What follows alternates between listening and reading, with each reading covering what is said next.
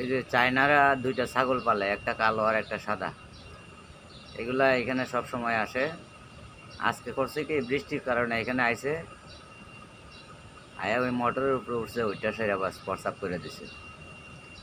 এখন মোটর যদি কোনো সমস্যা হয় সে তো শেষ হই, অনেক টাকা লস হইব সরকারের।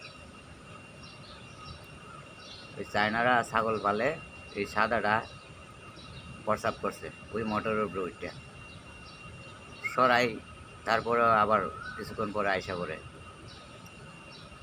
এই অবস্থা। প্রজেক্টের মধ্যে কি ছাগল পালা কি এটা ঠিক নাকি? প্রজেক্ট এটা থাকতো নিরাপত্তা, যাতে পশু পাখি কোনো আক্রমণ না করতে পারে। আর এখানে আইসা পশুপালন করে, তাই না?